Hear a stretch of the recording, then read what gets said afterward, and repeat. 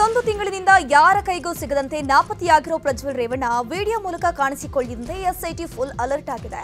Video ಎಲ್ಲಿಂದ ಬಂತು, ಯಾರ ಸಂಪರ್ಕಕ್ಕೂ ಸಿಗದ ಪ್ರಜ್ವಲ್ ಯಾವ ನಂಬರ್ನಿಂದ ವಿಡಿಯೋವನ್ನ ಕಳಿಸಿದ್ರು, ಮೊದಲಿಗೆ ವಿಡಿಯೋ ಬಂದಿದ್ದಾದ್ರೂ ಯಾರಿಗೆ, ಒಂದ್ ವೇಳೆ ಫಾರಿನ್ ನಂಬರ್ನಿಂದ ವಿಡಿಯೋ ಬಂದಿದ್ದೇ ಆದ್ರೆ ಆತ ಎಲ್ಲಿದ್ದಾನೆ ಅನ್ನೋದು ಪತ್ತೆ ಹಚ್ಚೋದಕ್ಕೆ ಸುಲಭವಾಗುತ್ತೆ.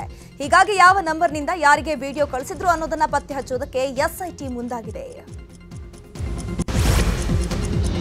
ಪ್ರಜ್ವಲ್ ರೇವಣ್ಣ ವಿಡಿಯೋ ರಿಲೀಸ್ ಸಂಬಂಧ ಗೃಹ ಸಚಿವ ಪರಮೇಶ್ವರ್ ಪ್ರತಿಕ್ರಿಯೆಯನ್ನು ಕೊಟ್ಟಿದ್ದಾರೆ. ಪ್ರಜ್ವಲ್ ವಿಚಾರಣೆಗೆ ಬರ್ತೀನಿ ಅಂತ ಹೇಳಿದ್ದಾರೆ, ಅವರಿಗೆ ನಾನು ಸಹಕಾರ ಕೊಡ್ತೀನಿ. ಕರ್ನಾಟಕದ ಇತಿಹಾಸದಲ್ಲೇ ಹಿಂದೆಂದೂ ಇಂತಹ ಘಟನೆ ನಡೆದಿರಲಿಲ್ಲ ಅಂದ್ರು. ಇದೇ ವಿಷಯವಾಗಿ ಮಾತನಾಡಿದ ಡಿಸಿಎಂ ಡಿಕೆ ಶಿವಕುಮಾರ್, ಪ್ರಜ್ವಲ್ ಷಡ್ಯಂತ್ರ ಅಂತ ಹೇಳಿದ್ದಾರೆ. ಪಾಪ ಅವರು ಏನ್ ಬೇಕಾದ್ರೂ ಮಾಡ್ಕೊಳ್ಳಿ, ಬಾಯಿಗೆ ಬೀಗ ಹಾಕೋಕೆ ಆಗುವುದಿಲ್ಲ, ಕಾಲ ಎಲ್ಲದಕ್ಕೂ ಉತ್ತರ ಕೊಡುತ್ತೆ ಅಂದ್ರು. ಇನ್ನು ಮಾಜಿ ಸಿಎಂ ಎಚ್ ಡಿ ಕುಮಾರಸ್ವಾಮಿ ಸಹ ಪ್ರತಿಕ್ರಿಯೆಯನ್ನು ಕೊಟ್ಟಿದ್ದು, ದೇವೇಗೌಡರು ಈಗಾಗಲೇ ಎಚ್ಚರಿಕೆಯನ್ನ ಕೊಟ್ಟಿದ್ರು. ನನ್ನ ಮನವಿ ಹಾಗೂ ದೇವೇಗೌಡರ ಪತ್ರಕ್ಕೆ ಪ್ರಜ್ವಲ್ ಮನ್ನಣೆ ನೀಡಿದ್ದಾರೆ. ಹೀಗಾಗಿ ಪ್ರಜ್ವಲ್ ಬರ್ತೇನೆ ಅಂತ ಹೇಳಿರುವುದು ನನಗೆ ಸಮಾಧಾನ ತಂದಿದೆ ಅಂತ ಹೇಳಿದ್ದಾರೆ. ಪ್ರಜ್ವಲ್ ರೇವಣ್ಣ ವಿಡಿಯೋ ರಿಲೀಸ್ ಬಳಿಕ ಮಾಜಿ ಪ್ರಧಾನಿ ಎಚ್ ಡಿ ದೇವೇಗೌಡರ ನಿವಾಸಕ್ಕೆ ಕುಮಾರಸ್ವಾಮಿ ತೆರಳಿ ಸಮಾಲೋಚನೆಯನ್ನು ನಡೆಸಿದರು. ಪದ್ಮನಾಭನಗರ ನಿವಾಸದಲ್ಲಿ ದೇವೇಗೌಡರ ಜೊತೆ ಕುಮಾರಸ್ವಾಮಿ ಮತ್ತು ರೇವಣ್ಣ ಚರ್ಚಿಸಿದ್ದಾರೆ. ಮುಂದಿನ ಕಾನೂನು ಹೋರಾಟ, ಎದುರಿಸಬೇಕಾದಂತಹ ಸವಾಲುಗಳು, ಹೀಗೆ ಹಲವು ವಿಚಾರಗಳ ಬಗ್ಗೆ ಚರ್ಚೆಯನ್ನು ನಡೆಸಿದ್ದಾರೆ ಅಂತ ಹೇಳಲಾಗ್ತಿದೆ. ಸಭೆ ಬಳಿಕ ಕುಮಾರಸ್ವಾಮಿ ಮಾಧ್ಯಮಗಳಿಗೆ ಪ್ರತಿಕ್ರಿಯೆ ನೀಡದೆ ಹೊರಟರು. ಮೈಸೂರಿನ ಕೆಆರ್ ನಗರ ಕಿಡ್ನಾಪ್ ಕೇಸ್ ಪ್ರಕರಣದಲ್ಲಿ ಮಾಜಿ ಸಚಿವ ಎಚ್ ಡಿ ರೇವಣ್ಣ ಪತ್ನಿ ಭವಾನಿ ರೇವಣ್ಣಗೆ ಸಂಕಷ್ಟ ಎದುರಾಗಿದೆ. ಕಿಡ್ನಾಪ್ ಕೇಸ್ನಲ್ಲಿ ಬಂಧನ ಭೀತಿ ಹಿನ್ನೆಲೆಯಲ್ಲಿ ಭವಾನಿ ರೇವಣ್ಣ ನಿರೀಕ್ಷಣಾ ಜಾಮೀನು ಕೋರಿ ಕೋರ್ಟ್ ಮೊರೆ ಹೋಗಿದ್ದಾರೆ.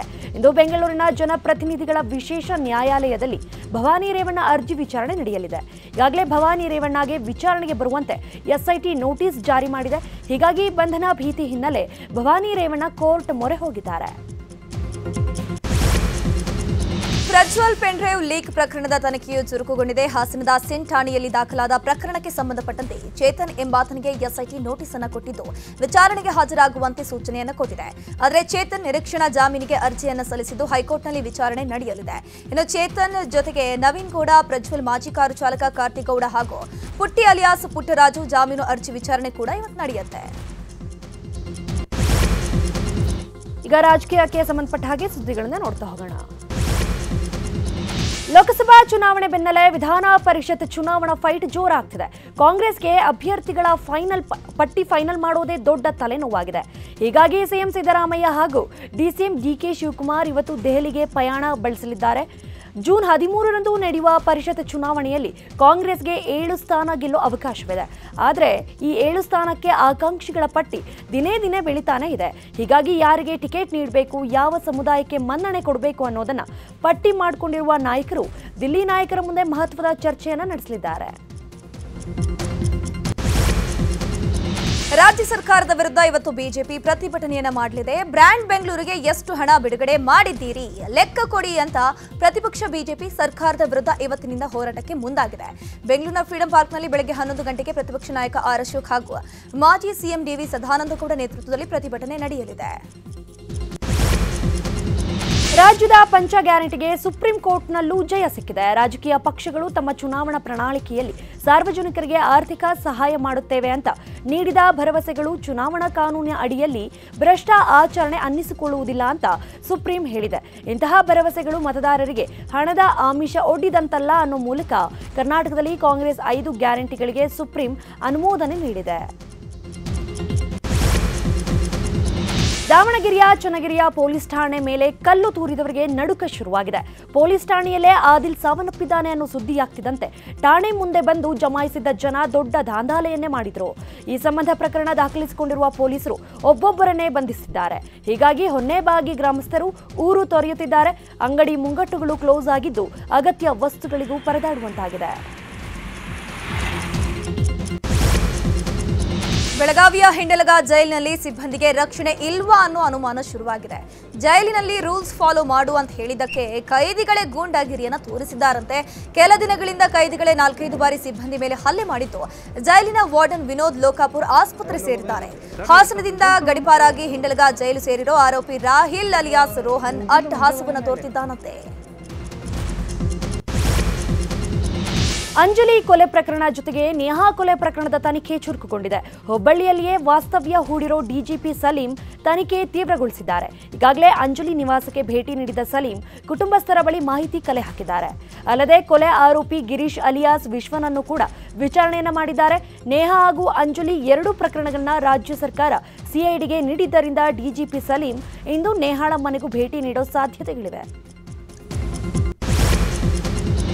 ಗದಗ ತಾಲೂಕಿನ ತಿಮ್ಮಾಪುರ ಗ್ರಾಮದಲ್ಲಿ ಕುಡಿಯುವ ನೀರಿಗೆ ಹಾಹಾಕಾರ ಶುರುವಾಗಿದೆ. ಹೀಗಾಗಿ ಟ್ಯಾಂಕರ್ ನೀರು ಸರಬರಾಜು ಮಾಡಲಾಗ್ತಾ ಇರುವಂಥದ್ದು. ಆದರೆ ಟ್ಯಾಂಕರ್ ನೀರು ಶುದ್ಧವಾಗಿಲ್ಲ, ಜೊತೆಗೆ ಫ್ಲೋರೈಡ್ ನೀರು ಬರ್ತಿದೆ ಅಂತ ಟ್ಯಾಂಕರ್ ನೀರನ್ನು ಯಾರೂ ಕೂಡ ಬಳಸ್ತಾ ಇಲ್ಲ. ಬೇರೆ ಮಾರ್ಗವಿಲ್ಲದೆ ಅಳಿದುಳಿದ ಕೆರೆಯ ನೀರನ್ನೇ ಗ್ರಾಮಸ್ಥರು ಅವಲಂಬಿಸಿದ್ದಾರೆ. ತಳ್ಳುವ ಗಾಡಿ ಮೂಲಕ ನೀರು ತರುವುದಕ್ಕೆ ಜನರು ಪರದಾಟವನ್ನು ನಡೆಸಿದ್ದಾರೆ. ಬೆಂಗಳೂರಲ್ಲಿ ಕಳೆದ ವಾರ ಅಬ್ಬರಿಸಿದ ಮಳೆರಾಯ ಈ ವಾರ ಕೊಂಚ ರಿಲೀಫ್ ನೀಡಲಿದ್ದಾನೆ. ಮುಂದಿನ 2-3 ದಿನ ಬೆಂಗಳೂರಲ್ಲಿ ಮಳೆಯಾಗೋ ಸಾಧ್ಯತೆ ತೀರಾ ಕಡಿಮೆ ಇದೆ. ಮೇ 31 ಅಥವಾ ಜೂನ್ 1ಕ್ಕೆ ಕೇರಳದಲ್ಲಿ ಮುಂಗಾರು ಮಳೆ ಪ್ರವೇಶ ಮಾಡಲಿದೆ. ಹೀಗಾಗಿ ಜೂನ್ 1ರ ಬಳಿಕ ಕರಾವಳಿ ಮತ್ತು ದಕ್ಷಿಣ ಒಳನಾಡು ಪ್ರದೇಶಗಳಿಗೆ ಭಾರೀ ಮಳೆಯಾಗಲಿದೆ ಅಂತ ಹವಾಮಾನ ಇಲಾಖೆ ಮುನ್ಸೂಚನೆಯನ್ನ ಕೊಟ್ಟಿದೆ. ಜೂನ್ ಮೊದಲ ವಾರದಲ್ಲಿ ಪ್ರವೇಶ ಮಾಡ್ತಾ ಇರುವಂತಹ ಮುಂಗಾರು ಮಳೆಯ ಸಂಭಾವ್ಯ ಹಾನಿಯನ್ನು ಎದುರಿಸಲು ಚಾಮರಾಜನಗರ ಜಿಲ್ಲಾಡಳಿತ ಹಲವು ಮುಂಜಾಗ್ರತಾ ಕ್ರಮವನ್ನು ಕೈಗೊಂಡಿದೆ. ಜಿಲ್ಲೆಯಲ್ಲಿ ಪೂರ್ವ ಮುಂಗಾರು ಮಳೆ ಸಾಕಷ್ಟು ಹಾನಿಯನ್ನು ಮಾಡಿದೆ. ಸಾರ್ವಜನಿಕರು ಮಳೆಯಿಂದಾಗುವ ಹಾನಿಗಳ ಬಗ್ಗೆ ದೂರು ನೀಡಲು ಟೋಲ್ ಫ್ರೀ ನಂಬರ್ 1077ಗೆ ಕರೆ ಮಾಡುವಂತೆ ಜಿಲ್ಲಾಧಿಕಾರಿ ಶಿಲ್ಪಾ ನಾಗ್ ಮನವಿಯನ್ನು ಮಾಡಿದ್ದಾರೆ. ಯಾದಗಿರಿಯಲ್ಲಿ 2-3 ದಿನಗಳಿಂದ ಸುರಿದ ಮಳೆಗೆ ಅಪಾರ ಪ್ರಮಾಣದಲ್ಲಿ ಬೆಳೆ ನಷ್ಟವಾಗಿದೆ. ಸುರಾಪುರ ತಾಲೂಕಿನ ಬೈಚಾಬಾಳ ಗ್ರಾಮದಲ್ಲಿ ಪಪ್ಪಾಯಿ, ಲಿಂಬೆ ಬೆಳೆ ಹಾಳಾಗಿದೆ. ಸುಮಾರು 5 ಎಕರೆಯಲ್ಲಿ ಬೆಳೆದಿದ್ದ ಬೆಳೆ ಮಳೆಯಿಂದ ಹಾನಿಯಾಗಿದೆ. ಮೈಸೂರಿನ ಕೆಆರ್ ನಗರ ತಾಲೂಕಿನ ಹೆಬ್ಬಾಳು ಕೊಪ್ಪಲು ಗ್ರಾಮದಲ್ಲಿ ಗ್ರಾಮ ದೇವರಾದ ಬಸವೇಶ್ವರ ಹಬ್ಬ ಮತ್ತು ಓಕುಳಿ ಹಬ್ಬವನ್ನು ವಿಜೃಂಭಣೆಯಿಂದ ಆಚರಿಸಲಾಯಿತು. 2 ದಿನಗಳ ಕಾಲ ಹಬ್ಬವನ್ನು ವಿಶೇಷವಾಗಿ ಆಚರಿಸಲಾಗಿದ್ದು 200 ವರ್ಷಗಳ ಇತಿಹಾಸವಿರುವ ಬಸವೇಶ್ವರ ದೇವಾಲಯದಲ್ಲಿ ವಿಶೇಷ ಹೋಮ ಹವನಗಳು ನಡೆದವು. ಬೆಂಗಳೂರಿನ ಪ್ರತಿಷ್ಠಿತ ಶಾಲೆಯಲ್ಲಿ ವಿದ್ಯಾರ್ಥಿನಿಯರ ಫೋಟೋ ಮಾರ್ಫಿಂಗ್ ಮಾಡಿ ಅಶ್ಲೀಲ ಫೋಟೋ ಹರಿಬಿಟ್ಟ ಪ್ರಕರಣದ ತನಿಖೆ ಚುರುಕುಗೊಂಡಿದೆ.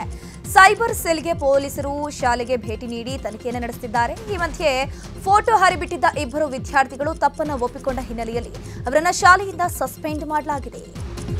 ಕೊಡಗಿನಲ್ಲಿ ಮನೆ ಕಳ್ಳತನ ಮಾಡಿದ್ದ ಖದೀಮನನ್ನ 3 ದಿನದಲ್ಲಿ ಪೊಲೀಸರು ಅರೆಸ್ಟ್ ಮಾಡಿದ್ದಾರೆ. ಮೇ 24ರಂದು ಸಂತೆ ಪೊಲೀಸ್ ಠಾಣಾ ವ್ಯಾಪ್ತಿಯ ಸುಳುಗಳಲೆ ಕಾಲೋನಿಯಲ್ಲಿ ಮನೆಗೆ ನುಗ್ಗಿದ ಕಳ್ಳನೊಬ್ಬ ಚಿನ್ನಾಭರಣ ಕದ್ದು ಎಸ್ಕೇಪ್ ಆಗಿದ್ದ. ಪ್ರಕರಣದ ತನಿಖೆಗೆ ಇಳಿದ ಶನಿವಾರ ಸಂತೆಯ ಪೊಲೀಸರು ಆರೋಪಿ ಜೀವನ್ ಎಂಬಾತನನ್ನ ಅರೆಸ್ಟ್ ಮಾಡಿದ್ದಾರೆ. ಶಿವಮೊಗ್ಗ ಜಿಲ್ಲೆಯ ಹಲವೆಡೆ ಅಡಿಕೆ ಬೆಳೆಗಾರರ ನಿದ್ದೆಗೆಡಿಸಿದ ಖದೀಮರನ್ನ ಪೊಲೀಸರು ಲಾಕ್ ಮಾಡಿದ್ದಾರೆ. ರಾತ್ರಿ ಹೊತ್ತಲ್ಲಿ ಬರ್ತಿದ್ದ 5 ಗ್ಯಾಂಗ್ ಕ್ವಿಂಟಾಲ್ ಗಟ್ಟಲೆ ಅಡಿಕೆ ಕಳ್ಳತನ ಮಾಡ್ತಿತ್ತು. ತನಿಖೆಗಿಳಿದ ಪೊಲೀಸರು 5ರನ್ನ ಅರೆಸ್ಟ್ ಮಾಡಿದ್ದಾರೆ. 8.19 ಲಕ್ಷ ರೂಪಾಯಿ ಮೌಲ್ಯದ ಅಡಿಕೆಯನ್ನ ವಶಕ್ಕೆ ಪಡೆಯಲಾಗಿದೆ. 2 ದಿನದ ಹಿಂದೆ ಚಿಕ್ಕಮಗಳೂರಿನ ಶೃಂಗೇರಿಗೆ ಹೋಗಿದ್ದ ಪೊಲೀಸ್ ಪೇದೆ ಮೇಲೆ ಹಲ್ಲೆ ಮಾಡಲಾಗಿದೆ. ಪೇದೆ ರಾಜೇಗೌಡ ಕುಟುಂಬ ಶೃಂಗೇರಿ ದೇಗುಲಕ್ಕೆ ತೆರಳಿತ್ತು. ರಾತ್ರಿ 12 ಗಂಟೆ ಆಗಿದ್ರಿಂದ ದೇವಸ್ಥಾನದ ಮುಂಭಾಗ ಕಾರು ನಿಲ್ಲಿಸಿ ಲಾಡ್ಜ್ನಲ್ಲಿ ರೂಮ್ ಕೇಳೋಕೆ ಹೋಗಿದ್ದಾರೆ. ಈ ವೇಳೆ ಬಂದ ಯುವಕರು ಕಾರ್ ತೆಗೆಯುವಂತೆ ಕಿರಿಕ್ ಶುರು ಮಾಡಿದ್ದಾರೆ. ಮಾತಿಗೆ ಮಾತು ಬೆಳೀತಾ ಇದ್ದಂತೆ ಪೇದೆ ರಾಜೇಗೌಡ ಮೇಲೆ ಹಲ್ಲೆ ಮಾಡಿದ್ದಾರೆ. ಘಟನೆ ಸಂಬಂಧ ಶೃಂಗೇರಿ ಪೊಲೀಸ್ ಠಾಣೆಯಲ್ಲಿ ಪ್ರಕರಣ ದಾಖಲಾಗಿದೆ. ಮುಂಬೈ ಏರ್ಪೋರ್ಟ್ನ ಕಸ್ಟಮ್ಸ್ ಅಧಿಕಾರಿಗಳು ಭರ್ಜರಿ ಕಾರ್ಯಾಚರಣೆ ನಡೆಸಿದ್ದಾರೆ. ಮೇ 23ರಿಂದ 26ರವರೆಗೆ ಬರೋಬ್ಬರಿ 10 ಕೆಜಿ ಚಿನ್ನವನ್ನ ಸೀಸ್ ಮಾಡಿದ್ದಾರೆ. ಅಕ್ರಮವಾಗಿ ಸಾಗಾಟ ಮಾಡಲಾಗ್ತಿದ್ದ ಚಿನ್ನವನ್ನ ಸೀಸ್ ಮಾಡಿದ್ದಾರೆ. ವಿದೇಶಿ ಕರೆನ್ಸಿಗಳನ್ನು ವಶಪಡಿಸಿಕೊಂಡಿದ್ದಾರೆ. ಟೀಂ ಇಂಡಿಯಾ ಪುರುಷರ ತಂಡದ ಪ್ರಧಾನ ಕೋಚ್ ಹುದ್ದೆಗೆ ಅರ್ಜಿ ಸಲ್ಲಿಸಲು ನೀಡಿದ್ದ ಗಡುವು ಅಂತ್ಯವಾಗಿದೆ. ನಿನ್ನೆ ಸಂಜೆವರೆಗೂ ಅರ್ಜಿ ಸಲ್ಲಿಸುವುದಕ್ಕೆ ಬಿಸಿಸಿಐ ಗಡುವು ನೀಡಿತ್ತು. ಒಟ್ಟು ಎಷ್ಟು ಮಂದಿ ಅರ್ಜಿ ಸಲ್ಲಿಸಿದ್ದಾರೆ ಅನ್ನೋದನ್ನು ಬಿಸಿಸಿಐ ಬಹಿರಂಗಪಡಿಸಿಲ್ಲ. 14 ಬಾರಿ ಚಾಂಪಿಯನ್ ಪಟ್ಟಕ್ಕೆ ಏರಿರೋ ಸ್ಪೇನ್ನ Rafael Nadal French Open tennis grand ಸ್ಲಾಮ್ನ ಮೊದಲ ಸುತ್ತಿನಲ್ಲೇ ಸೋತು ಹೊರಬಿದ್ದಿದ್ದಾರೆ. ಇದು ನಡಾಲ್ರ ಬಹುತೇಕ ಕೊನೆಯ ಓಪನ್ ಫ್ರೆಂಚ್ ಅಂತಾನೆ ಹೇಳಲಾಗ್ತಿತ್ತು. ಹೀಗಾಗಿ ನಡಾಲ್ ಮೇಲೆ ಭಾರೀ ನಿರೀಕ್ಷೆ ಇಡಲಾಗಿತ್ತು. ಐಪಿಎಲ್ ಪ್ಲೇ ಆಫ್ಸ್ ಪಂದ್ಯಕ್ಕೂ ಮುನ್ನ ಬಿಸಿಸಿಐ ವಿಶೇಷ ಅಭಿಯಾನವನ್ನು ಕೈಗೆತ್ತಿಕೊಂಡಿತ್ತು.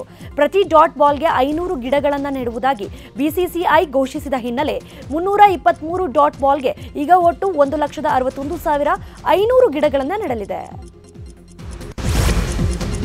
ಸಿನಿಮಾ ಲೋಕದ ಪ್ರಮುಖ ಸುದ್ದಿಗಳನ್ನು ನೋಡ್ತಾ ಹೋಗೋಣ.